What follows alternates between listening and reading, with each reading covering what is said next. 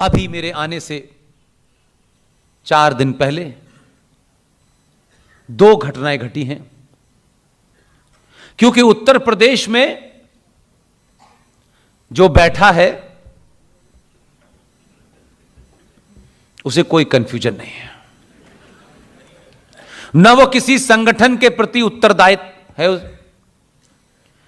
जो आदमी घर छोड़ के योगी बना हो, जिसकी बहन उत्तराखंड में चाय की दुकान चलाती हो, जिसकी मां आज भी 1-1 किलोमीटर जाके लकड़ी लाके खाना बनाती हो, उसके पास खोने के लिए क्या है? और जिसके पास खोने का डर नहीं होता वो दुनिया में किसी से नहीं डरता।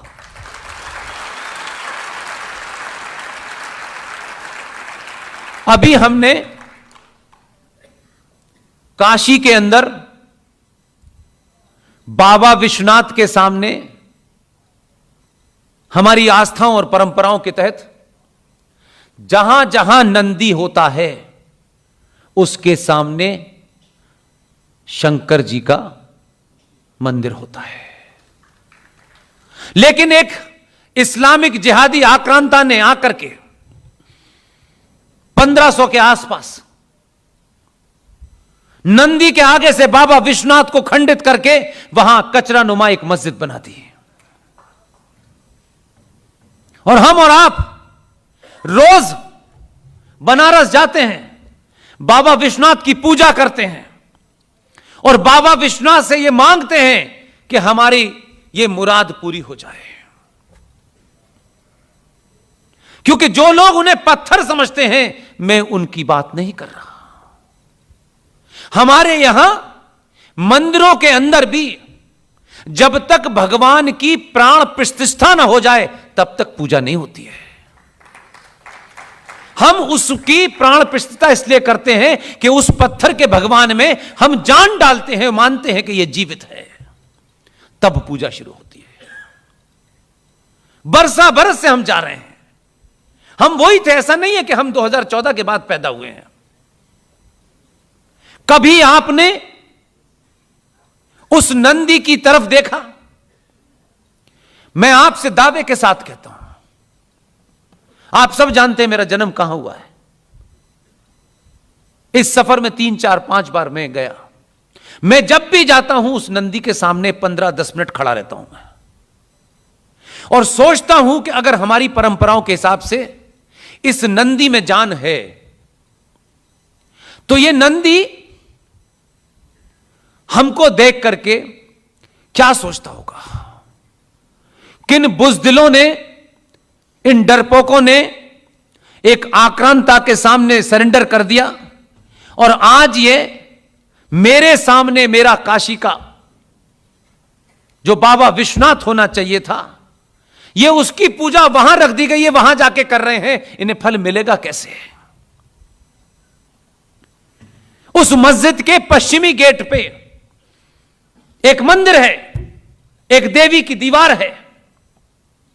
आप लोग जाइएगा, देखिएगा। पूजा करना मेरा एक हिस्सा है। वो बेचारे उस मंदिर के तमाम पुजारी ऐसी ही बातों को सुन लेते हैं। वो बेचारे अपना जितना मेरे पर आशीर्वाद हो सकते हैं देते हैं, पूजा बड़े प्यार से कराते हैं। उसी मस्जिद का जो पश्चिमी द्वार है उस पे मां श्रृंगार गौरी की पूजा होती है। अगर आप में से कोई बनारस गया हो तो पता होगा आपको। और मां श्रृंगार गौरी की पूजा साल में एक ही बार परमिशन थी, क्योंकि अयोध्या में बाबर के उस ढांचे को ढहाने के बाद सरकार ने बैन लगा दिया था कि पूजा बंद हो गई, अब नहीं हो सकती। बहुत दबाव के बाद सरकार ने साल में एक दिन उसके दरवाजे खोलने की, उस पर भी पुलिस लगती थी। हमने सरकार को, हमारी टीम में विष्णु शंकर जैन और पार्थ यादव, 22-23 साल का बच्चा है। मैं तो कभी कभी सोचता हूं उस बच्चे की तरह अगर मुझे 100 बच्चे मिल गए तो इस देश में कोई जगह बचेगी नहीं। ऐसे ही बच्चे ट्रेंड करने के लिए, ऐसे ही बच्चों को ढूंढने के लिए जगह जगह हम लोगों से, मदन भाई पारिक जैसे लोगों से कहते हैं कुछ मदद करिए हमारी, जिससे कि समय निकलने से पहले हम कुछ काम कर सकें। विष्णु शंकर जैन की पिटीशन दी कि श्रृंगार गौरी का मंदिर में मैं पूजा करना चाहता हूं, मुझे स्टेट क्यों रोकती है, इसका जवाब दिया जाए। हाई कोर्ट ने उत्तर प्रदेश की सरकार को नोटिस जारी कर दिया। उत्तर प्रदेश की हाई कोर्ट को अंदाजा नहीं था कि नोटिस किसे दे रहे हैं। उन्हें नहीं पता था कि यहां भगवान कृष्ण के वंशज जो पहले थे वो अब यहां नहीं है, ये असली वाले हैं, वो नकली वाले थे। नोटिस दिया सरकार को, सरकार ने कमाल का काम किया, कहा अच्छा हम ही में नोटिस दिया। नोटिस को उन्होंने यूं किया, जेब में रख लिया, और शाम को डीजीपी पुलिस को आदेश दिया कि कल से श्रृंगार गौरी 24 घंटे साल के 365 दिन खुलेगी। इतना लंबा होता कि सरकार को नोटिस देंगे, सरकार फिर जवाब देगी। उसने कहा जवाब देने से अच्छा है कि जो काम वो चाहते हैं वो कर दो। अब वो श्रृंगार गौरी जहां साल में एक बार दर्शन जाने की इजाजत थी, अब वो 24 घंटे खुलेगी, 365 दिन खुलेगी, और वहां 24 घंटे में लाउड स्पीकर की 5 बार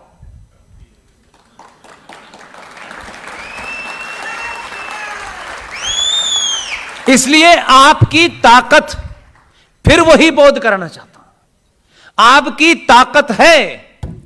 यह काम पहले भी हो सकते थे, कोई नई बात नहीं है। कुर्सी तो वही है, सीएम का ऑफिस तो वही है, सिर्फ रंग बदला है कपड़े का। तो उसने नोटिस का जवाब नहीं दिया। उनका अच्छा हमको नोटिस दिया, ठीक है, अच्छा आप ये नहीं नोटिस दिया, नोटिस ये लीजिए हमने कर दिया, खत्म कहानी। अब किसी को समझ नहीं आ रहा रोए तो रोए कहां। फिर अभी दूसरा, जो हमारी टीम ने बनारस में अर्जी लगा रखी है, हमने माना कि सरकार ने कानून बना दिया है 1991 के तहत, लेकिन हमने भी सोचा है कि जो हम कर सकते हैं वो जरूर हम करेंगे। पिटीशन दी कि ये जो मस्जिद बनी हुई है, इवन मक्का से लेकर दुनिया भर में कहीं मस्जिद ऐसी नहीं बनी हुई जिसकी दीवार पर मां श्रृंगार गौरी बनी हो, जिस मस्जिद के अहाते में शिव भगवान के टूटे हुए अंग दबे हुए हों। इस नोटिस पे दूसरा काम हुआ, सरकार ने, यह बात इसलिए याद रखिएगा, अयोध्या में भी सरकार ने वीडियोग्राफी कराई थी कि इस वीडियोग्राफी में सारे शख्सों को रिकॉर्ड करा जाए कि कहां क्या क्या है। हमारे नोटिस के बाद सरकार ने आदेश दिया है 2 दिन पहले कि बाबा विश्वनाथ के मंदिर की पूरी वीडियोग्राफी कराई जाए। कहां कहां क्या है, ये तो जो है वहां तो दिख रहे हैं, और जहां वो क्लेम कर रहे हैं वहां बाबा विश्वनाथ के कई तथ्य दबे हुए हैं। अब हमने वीडियोग्राफी कराई है, लोग कह रहे हैं अयोध्या में भी पहले कराई थी इन्होंने, देखो तो पहले वीडियोग्राफी कराई फिर काम किया हमने। अब वीडियोग्राफी हो गई है तो एक सिलसिला शुरू हो गया है। अब हमको ये बताने की जरूरत नहीं होगी कि ये जो मस्जिद नुमा जगह बनाई गई है, इसी के नीचे बाबा विश्वनाथ को दबा दिया है। मस्जिद की दीवारों पर कभी भी लक्ष्मी गणेश की तस्वीरें नहीं बनती, लेकिन हमें यह बताया जा रहा है 70 साल से किताबों के माध्यम से कि ये जो बाबा विश्वनाथ जहां थे उसे तोड़कर एक मस्जिद बनाई। और दुनिया में किसी मस्जिद का नाम ऐसा हो, यह भी अपने आप में क्लासिक है। उस मस्जिद का नाम पता है क्या है? ज्ञान व्यापी मस्जिद। अरे ज्ञान का मस्जिद से क्या संबंध है यार?